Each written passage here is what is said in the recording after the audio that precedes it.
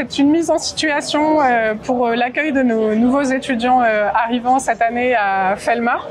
On voulait les mettre en situation de projet notamment, puisque c'est une situation qu'ils vont beaucoup rencontrer après en entreprise.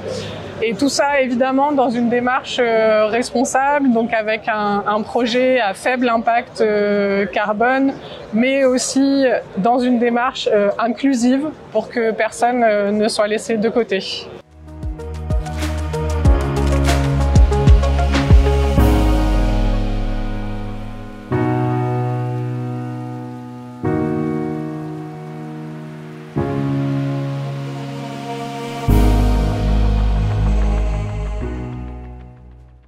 Donc pour cela, on a mis en place un projet qui permettait de se mettre en mouvement vers la première année de manière un peu ludique, une sorte de jeu sérieux, un jeu de rôle dans lequel il prenait le rôle d'ingénieur en charge de la construction d'un pont et il devait réaliser une maquette réalisée en sucre et en pic de bois, pic à brochette, de manière à avoir un projet qui a très peu d'impact tant financier qu'écologique sur la matière consommée, mais qui permet quand même de traduire les enjeux. Passer des voiliers sous un pont, ça nous paraissait un beau message un pont qui permet de relier deux rives, et ce avec un enjeu technique relativement limité, puisque techniquement c'est assez facile de réaliser des ponts.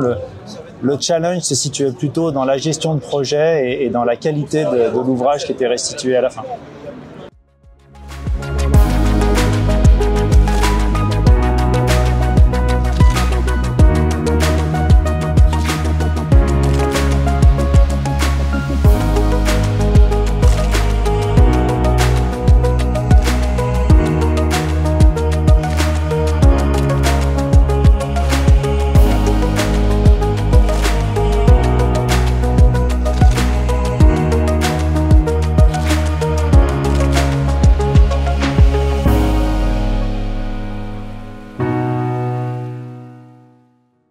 Tout d'abord, c'est un projet de groupe donc qui va permettre de travailler la cohésion en cette rentrée des classes.